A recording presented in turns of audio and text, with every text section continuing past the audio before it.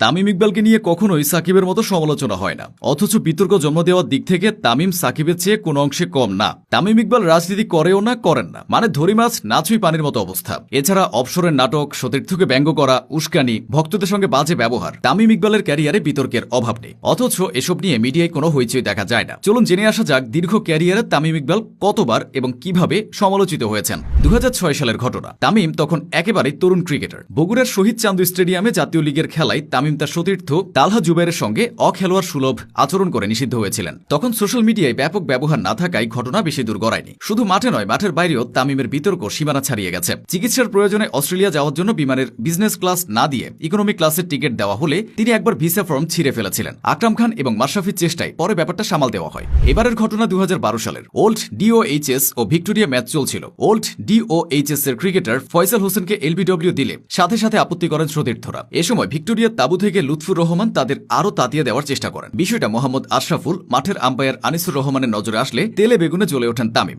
তামিমের রাগ এতটাই চড়ে গিয়েছিল যে আরেকটু হলে আশরাফুলের গলা টিপে ধরতেন। তবে দায়িত্বরত আম্পায়ার শরফুদ্দৌলা ইবনে শহীদ আশরাফুলকে সরিয়ে দিয়েছিলেন। সিনিয়র আশরাফুলের প্রতি তামিমের এমন আচরণ সেবারও আড়াল হয়ে গিয়েছিল। মিডিয়ায় ছিল না কোনো মাতামাতি। যদিও পরের ম্যাচে তামিমকে বাদ দেওয়া হয়েছিল। ম্যাচ শেষে আশরাফুল বলেছিলেন, ঘটনার পরপরই সাকিব আমার কাছে এসেছে। আমার সবচেয়ে খারাপ লেগেছে, সাকিব আমার কাছে যখন সরি বলতে এসেছে তখন তামিম সাকিবকে বলছে, সাকিব সরি বলবি না। সিনিয়র ক্রিকেটার হিসেবে আশরাফুল সেদিন কষ্ট পেয়েছিলেন। নিউ দলের প্লেয়ারদের সঙ্গেও তামিম বাজে ব্যবহার করেছেন। 2016 সালের বিপিএলে সতীর্থ জহুরুল ইসলামকে তামিম অপমান করেছিলেন বলে গুঞ্জন আছে। কেননা ড্রেসিং রুম থেকে তামিমের পাঠানো মেসেজ অনুযায়ী জহুরুল ঠিকঠাক মতো ব্যাটিং করতে পারেনি। তাই প্রেস কনফারেন্সে এসে তামিম সব বিরক্তি উগরে দিয়েছিলেন। তামিম ইকবালের আচরণে দর্শক সবচেয়ে বেশি হতাশ হয়েছে সর্বশেষ বিপিএলে। সাকিবের আউটের পর তিনি সাকিবকে ব্যঙ্গ করে উদযাপন করেছিলেন। ওই দিন আগে ব্যাট করতে নেমে দারুণ শুরু করার পর সাকিবের বলে পরাস্ত হন তামিম। মুমিনুল হক ক্যাচ ধরার পর তামিমের দিকে আর চোখে তাকিয়ে এক হাত তুলে মুষ্টিবদ্ধ অবস্থায় উদযাপন করেন সাকিব। তবে এতে কোনো সমস্যা ছিল না। এমন উদযাপন সাকিব তার ক্যারিয়ারে বহুবার করেছেন। বিপত্তি বাঁধান তামিম। রংপুরের হয়ে ব্যাট করতে নেমে ঝড় তোলেন সাকিবও। তবে একটা সময় ক্যাচ